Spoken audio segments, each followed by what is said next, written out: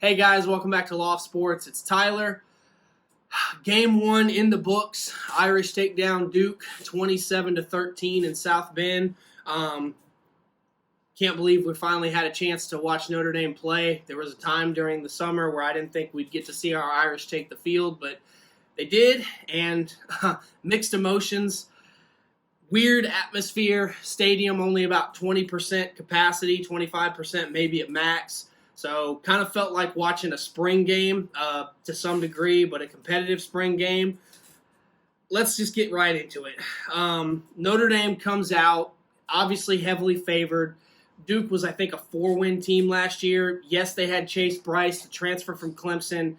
The expectations for this team are through the roof. And I told you if you watch my preview, be careful you don't get too caught up in the hype, because this team, when they have expectations under Brian Kelly, they almost always are guaranteed to fall short. I think the expectations are a playoff. This team did not look like a playoff team this year, or last week against Duke. I mean, first 3 series against an underwhelming Duke defense, 3 and out. Play calling, Tommy Rees's second game as the offensive coordinator. God, it was so vanilla. It was crazy. Run up the middle, throw on second down, third down, it's third and long. For the first 3 drives, that was the story. Once again, no push on the offensive line. We hear every offseason about Notre Dame's great offensive line. It's one of the best offensive lines in the country. You turn on the TV on Sunday, a lot of these elite NFL offensive lines, they got 1 or 2 Notre Dame guys on the front.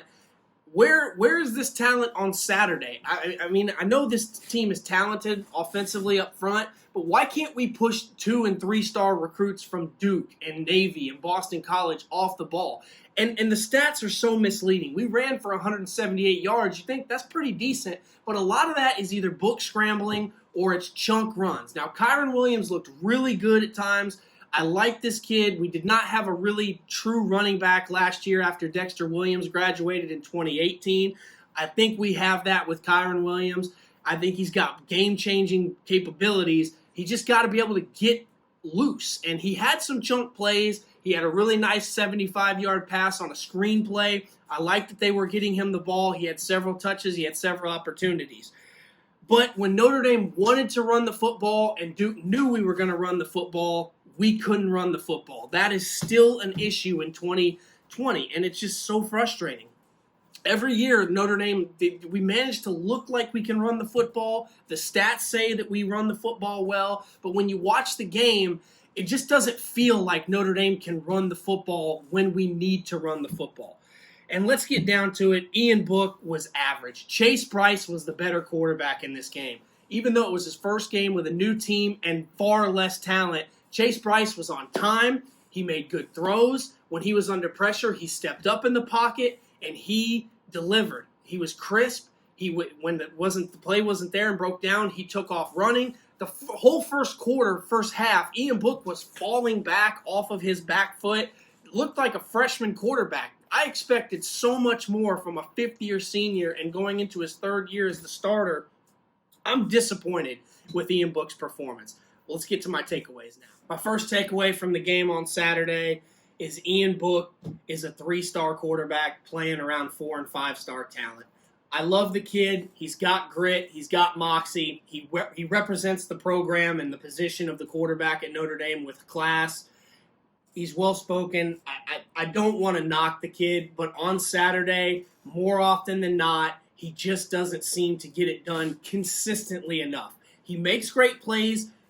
He's fairly clutch. I'll give him that. But I want to see Ian Book be consistent, and he just has not shown me that. Whether it's game to game, drive to drive, quarter to quarter, he just isn't consistent. His footwork is terrible. Now, in the second half, to his credit, he started stepping up in the pocket. If it wasn't there, he took the ball, and he got 4 to 5 yards scrambling. He was able to get himself comfortable, led us down the field. But we get that big screenplay in the first half. We're on the 10-yard line, and he throws a rocket pass to Tyree 5 yards away from him while he's being draped all over by a linebacker. Ball bounces up in the air. They get a takeaway. You can do those things against Duke and still win. You cannot do those things against Clemson. They're going to shred you to pieces. He has got to play better. He just does things that make me want to throw my remote through my television. It's 1st and 10. He scrambles out to the left. Instead of throwing the ball away, he runs out of bounds and takes a 3-yard loss. Again, a minor thing, but when you're playing Duke, you can overcome that. When you're playing Clemson, Georgia, Michigan, Alabama, you can't do those things. If this team is going to be anywhere near the expectation level that's been set upon it, Ian Book has to play better. Number 2, once again, I touched on this already, no run game. I know we ran for 178 yards. I know Kyron Williams was over 100 with 2 touchdowns.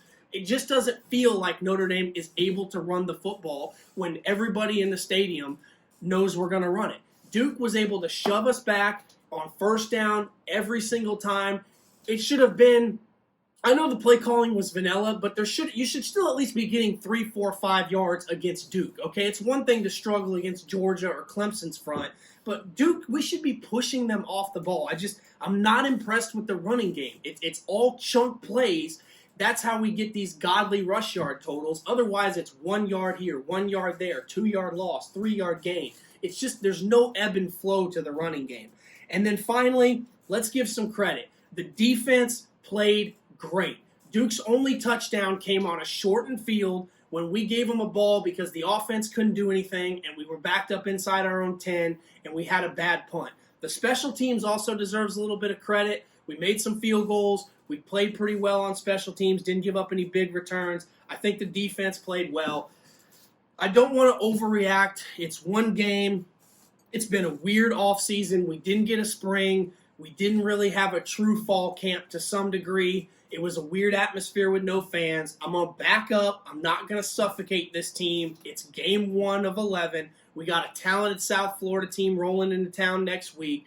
I'm going to take a step back, take a deep breath. Let's regroup. We're 1-0, our first ever conference win. Notre Dame's never lost a conference game in the history of its school now. So let's take the dub. Let's get better because I do expect more from this team. Thank you, guys. Go Irish. This is Tyler with Loft Sports signing off.